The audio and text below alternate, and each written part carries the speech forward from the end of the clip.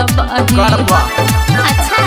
हे सटीना रात भर से जिया पकड़ छतबाही अब चाहे छो प्यार किया गिन के तोरा बोले पड़ते की माजा मारे दे भो जब न दिन के पटाइले बतोर हम बहिन के धनिया हे माजा मारे दे भो जब न दिन के दिल दई देबा तोर बहिन के बुझलो शर्म नहीं लगे छो बोले में हम बोलै छियै खाली दिल के बात खोलै छी। अच्छा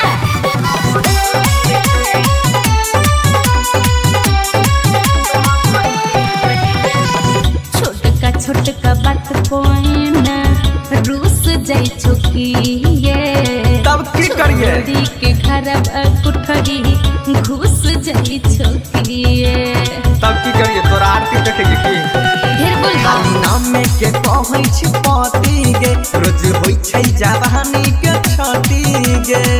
किए बोले छहु बात कठपिल के महजा मारे दे भो जब न दिन के पटाइले बहो में तोरा बहिन के सुन ले हे महजा मारे दे भो जब न दिन के दिल दई देबा तोर बहिन कुछ अच्छा थोड़ी ना करबा तू recording by Nilambar studio Delhi music by Moin राज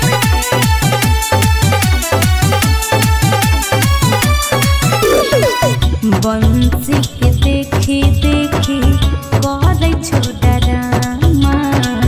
हम हुए छोरी छियै बुझ नहीं जलाना तोरा दिलबा में घंटी ना बाजे छलब के राजू के बतिया बताई दे छो सबके सिखता हूँ कुछ राइटर मोइन से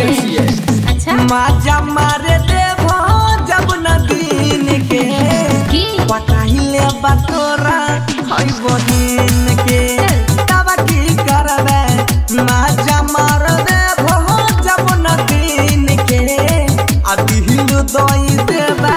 तोरा बहिन के बने मान गेलो नहीं तो फिर पता साफ रह।